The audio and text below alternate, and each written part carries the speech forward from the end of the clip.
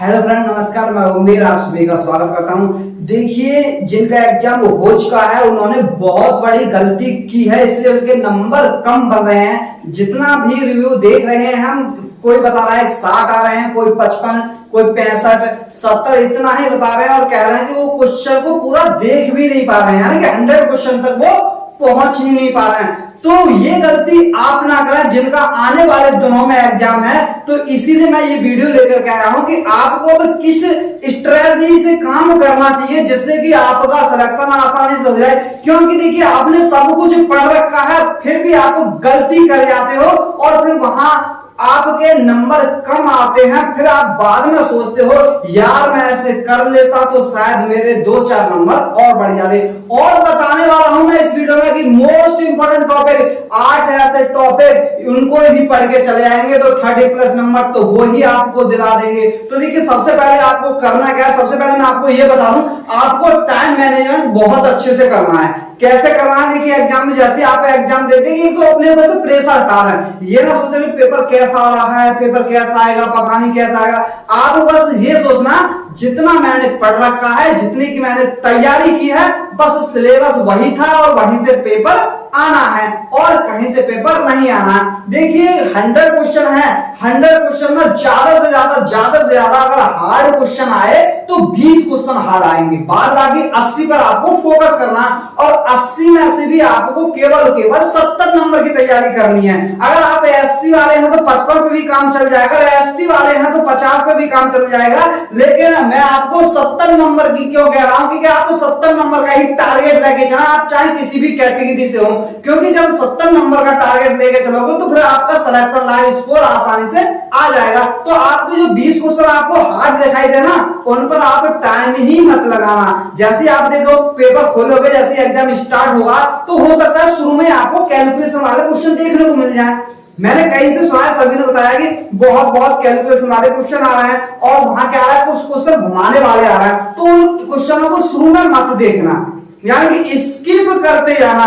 जैसे आपको लगे पहला क्वेश्चन हार्ड है, नहीं कर पाऊंगा, टाइम लग सकता है, दूसरे पे पहुंच जाना। जब तक यानी कि आप 100 क्वेश्चन नहीं कर लो पूरे, जब तक जो टाइम टेकिंग क्वेश्चन है उन पर टाइम वेस्ट मत करना। एक बार आप 100 देख लो और फिर आपके पास 10-15 मिनट अगर बच जाए तो जो क्वेश्चन आपने छोड़े थे उनको आप दोबारा चेक कर सकते हैं, दोबारा करके देख सकते हैं। हो सकता है 15 मिनट में आप 5 क्वेश्चन भी बना सको। अगर एक क्वेश्चन को 3 मिनट दोगे तो 5 क्वेश्चन भी बन जाएंगे, तो आप बहुत ही अच्छा स्कोर आप कर पाएंगे। ये मत कहना कि सर ऐसे तो सारे स्किप करते जाएंगे। देखिए, सारे स्किप कहां हुए?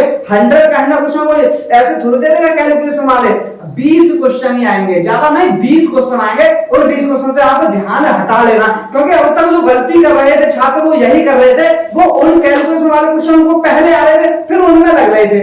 ये कैसे करूं, ये 1-2 बार गलत हो गया फिर उसी को कर रहे हैं। तो इस वजह से बहुत से लड़कों ने मेरे से कहा भी कि हम तो 85 तक पहुंच पाए, हम 80 तक पहुंच पाए, यानी कि हमने पूरे क्वेश्चन देख ही नहीं। हो सकता है बाद के 10 क्वेश्चन ऐसे हो, हलवा हो, आप उन 10 क्वेश्चनों को 5 मिनट में ही कर सकते थे, तो यहां से भी आपका स्कोर कम रह सकता है। तो आपको ये वाली स्ट्रेटजी वो अपनानी है। और देखिए, मैं आपको बता दूं, एनालाइज मत देखो किसी का, केवल एनालाइज अगर देखना है तो शाम को आधा से 1 घंटे देख लो। कोई जरूरत नहीं है आपको कि पूरे दिन हर शिफ्ट का हर टाइम, यानी कि कभी किसी वाले चैनल का देख रहे हैं, कभी किसी के चैनल का देख रहे हैं, पूरा दिन अगर आप उसी में वेस्ट कर दोगे तो फिर आपकी पढ़ाई नहीं हो पाएगी और जो 2-4 दिन में आप जो भी तैयारी कर सकते हैं वो नहीं कर पाओगे और आपका दिमाग घूम जाएगा कि आपने जो भी तैयारी कर रखी है ना, फिर कहोगे यार पेपर तो यहां से आ रहा है और पेपर में तो ये पूछा जा रहा तो मैं क्यों ना ये चीज पढ़ लेता हूं। तो आपको ऐसा नहीं करना है, क्योंकि फिर आप जो तैयारी कर रखी है ना वो भी भूल के चले जाओगे कि मुझे तो ये करना है। देखो, होता क्या है, जब भी आपको कोई भी एनालाइज देखोगे तो वहां क्या होता है कि वो लड़कों को सारे क्वेश्चन तो याद रहते नहीं, ना तो मैथ का क्वेश्चन याद रहेगा ना रीजनिंग का, केवल जीके के 2-4 क्वेश्चन याद रह जाते हैं। और वो कैसे रहते हैं कि वहां का मुख्यमंत्री पूछ लिया, वहां की मुद्रा पूछ ली, ऐसे क्वेश्चन याद रहते हैं बच्चों को। जो देखिए जीके में भी थोड़ा वैसा 2 लाइन वाला क्वेश्चन होगा ना, वो भी याद नहीं रहेगा। तो वो 2-4 क्वेश्चन देखिए आपका दिमाग वहां से डाइवर्ट हो जाएगा, घूम जाएगा कि यार मैं ये चीज पढ़ लूं। तो आपको ऐसा नहीं करना है। एनालाइज में बस ये देखो, हाँ मैथ में ये टॉपिक आ रहा है, ये आ रहा है, बस नॉर्मली देखो, उस पर ज्यादा फोकस मत करो। मैं बहुत दिन से देख रहा हूँ लड़के एनालाइज देख रहे हैं, तैयारी नहीं कर पा रहे, जब एग्जाम देने आ रहे हैं तो वहां उनका स्कोर नहीं बन पा रहा है। और इस पर कट ऑफ की टेंशन ना लें, जितना मैंने बता दिया है 70 की तैयारी करें, इतना है। अगर इतना आपका अटेम्प्ट हो जाता है तो फिर आपका सिलेक्शन आसानी से हो सकता है। अब देखिए मैं आपको बता देता हूं मोस्ट इंपोर्टेंट टॉपिक, जो आपको ये 8 टॉपिक केवल 30 प्लस नंबर लाएंगे। इन टॉपिक की अच्छे से तैयारी करें। देखिए जिनका एग्जाम जैसे 10 दिन बाद है, अभी नहीं है 10 दिन बाद है, तो वो टॉपिक वाइज रिवीजन करें। जिनका एग्जाम 5 दिन बाद है तो वो क्या करें, एक दिन में 2 टॉपिक कराएं, इस हिसाब से वो तैयारी करें। जिनका एग्जाम 2 दिन बाद है उनको तो पढ़ना ही नहीं है, थोड़ा बहुत पढ़ लो, बाद में उनको मूड फ्रेश करके एग्जाम देने आना। तो देखिए सबसे ज्यादा क्वेश्चन पूछे जा रहा है किस किस टॉपिक से पूछे जा रहा है। और देखिए आप ये मत कहना कि पेपर एग्जाम का जो टीसीएस ले रही है वो आगे कुछ लेवल हार्ड करेगी, कुछ नहीं चेंज करने वाली है।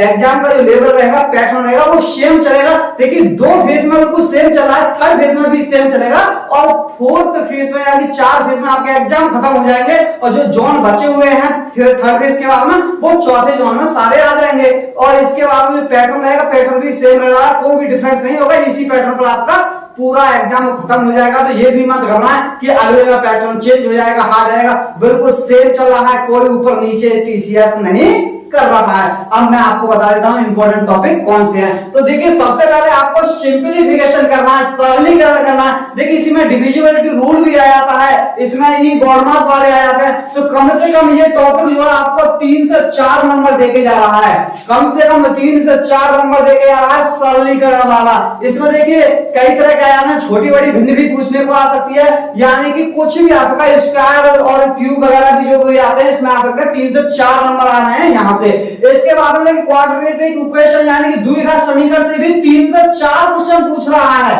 कितने? 3 से 4 क्वेश्चन पूछ रहा है यहां से भी। तो ये भी बहुत ज्यादा इस बार रेलवे का फेवरेट बना हुआ है। इसके बाद में जो फिक्स टॉपिक है यहाँ से क्वेश्चन आ रहा है, चक्रवृद्धि ब्याज और साधारण ब्याज से भी ये क्वेश्चन पूछा जा रहा है, टाइम एंड वर्क से भी क्वेश्चन पूछा जा रहा है, परसेंटेज से भी क्वेश्चन आ रहा है, और इसके बाद में आपको बता दूं एक हाइट एंड डिस्टेंस से भी क्वेश्चन आ रहा है, त्रिकोणमिति से 102 क्वेश्चन आ रहा है, और 2 से 3 क्वेश्चन आपके आ रहे हैं मेंसुरेशन से, और मेंसुरेशन से वो क्वेश्चन आ रहा है बिल्कुल फॉर्मूला। मैंने आज से आपसे 6 महीने पहले भी कहा था, आज भी कह रहा हूं, केवल फॉर्मूला याद कर लो, मेंसुरेशन के फॉर्मूला बेस ही क्वेश्चन आ रहे हैं। आपको फॉर्मूला याद है, फॉर्मूला में रखो आंसर, कुछ नहीं करना है, बस उतना ही आ रहा है। इसके बाद में देखिए आपके लाइट के प्रकाश से देखिए कम से कम बच्चे बता रहे थे 4 क्वेश्चन आ रहा है, तो मैं तो आपको यही करूंगा कि 3 से 4 क्वेश्चन आ रहा है। क्यों 3 से 4? 2 तो न्यूमेरिकल पूछ रहा है यहां से, और 2 क्वेश्चन पूछ रहा है। फेवरेट बना दिए हैं ये टॉपिक।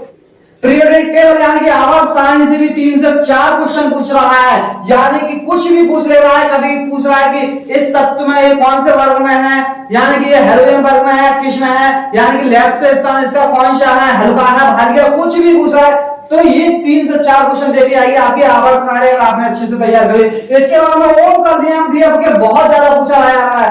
ओम का नियम भी इस बार बहुत से ज्यादा, इस बार ओम का नियम भी बहुत ज्यादा पूछा जा रहा है। मैंने एक लड़के से भी बात की थी और कई लड़कों से बात की थी, वो कह रहे थे ओम के क्वेश्चन पे कम से कम 3, यानी कि ओम के नियम पर कम से कम 3 क्वेश्चन बनना है। कितने? 3, और 4 भी आ रहे हैं, पता नहीं 3 से तो ऊपर ही आ रहा है, 3 से कम नहीं आ रहा ओम के नियम पे। इसके बाद में कि शिलोगियम कथन है, निष्कर्ष और स्टेटमेंट का आर्गुमेंट कथन करता है, यहां से आपको कम से कम 4 क्वेश्चन देखने को मिलेंगे। कितने? कम से कम 4 क्वेश्चन देखने को मिलेंगे। नंबर सीरीज से भी 3 से 4 क्वेश्चन आ रहे हैं। लेकिन नंबर सीरीज में अल्फाबेटिकल सीरीज भी आ रही है, कुछ भी आ रहा है कि 3-4 तरह की सीरीज होती है, उनमें से 3-4 तरह के 3-4 क्वेश्चन आपसे पूछे जा रहे हैं। इसके बाद देखिए सिटिंग अरेंजमेंट, बैठक व्यवस्था से भी 4 क्वेश्चन पूछ रहा है। ऐसे कितने क्वेश्चन पूछे जा रहे हैं? 4 क्वेश्चन पूछे जा रहा है। लगाइए मटोड़ा, 4 और 3 7, 7 और 4 11, 11 और 3 14, 15 16 17, 17 18 19 20 21 22 23, एक और लगा रहे हो तो कम से कम 30 नंबर करीब यहां से बनने, और 3 नंबर ये, और ये तो कम लगाएंगे, 4-4 लगा के चलेंगे। 4 दूनी 8, 4 तिया 12, 4 चौक 16, 4 पन्ना 20, 4 छिम 24, 4 सत्ते 28, 4 अट्ठे 32, 30 से ऊपर में क्वेश्चन है, 30 से ऊपर नंबर आ रहे हैं यहां से। यानी कि अगर आप ये 8 टॉपिक कंप्लीट करके जाते हैं, इन 8 टॉपिक से आपके 30 प्लस नंबर यहां से बन जाएंगे, और आपने थोड़े थोड़े और टॉपिक कर लिए तो आप 60 से 70 के बीच में आसानी से स्कोर कर सकते हैं। तो ये टॉपिक तो आपको करके जाना है। इसके बाद में देखिए जैसे कि हीट वाला है, पावर वाला है, और भी है यहाँ पर, वो भी टॉपिक आप देख सकते हैं। लेकिन आप जब एग्जाम देने आए तो ये वाले टॉपिक बहुत ज्यादा इंपोर्टेंट है। इन टॉपिक पर तो ऐसे पकड़ बनानी जिनका 4 दिन बाद भी एग्जाम है ना, तो 4 दिन में इन टॉपिक को रट लो, अच्छे से कर लो, यानी कि इन टॉपिक से ही आपके अच्छे नंबर, अगर आपने इन टॉपिक में पकड़ बनाई तो आपका इस बार सिलेक्शन कोई नहीं रोक सकता। तो देखिए मैंने आपको सारी स्ट्रेटजी बता दी है कि आपको किस तरह से जाना है, कैसी गलती नहीं करनी है और कौन से टॉपिक पर आपको ज्यादा ध्यान देना है। देखिए एनालाइज वगैरह पर आप अपना टाइम वेस्ट नहीं कर सकते हैं, तो ये चीज कीजिए और जो आपने पढ़ रखा है वही चीज पढ़िए। नई चीज पढ़ने की बिल्कुल भी कोशिश मत कीजिए कि नई चीज कहां से पढ़ोगे। किसी ने बता दिया कि ये क्वेश्चन वहां से आ गया, आप उसकी पूरी बायोग्राफी पढ़ोगे उस एक क्वेश्चन के पीछे, तो ऐसा नहीं है। आपने जो पढ़ रखा है, जो तैयारी कर रखी है, आप उसी की तैयारी कीजिए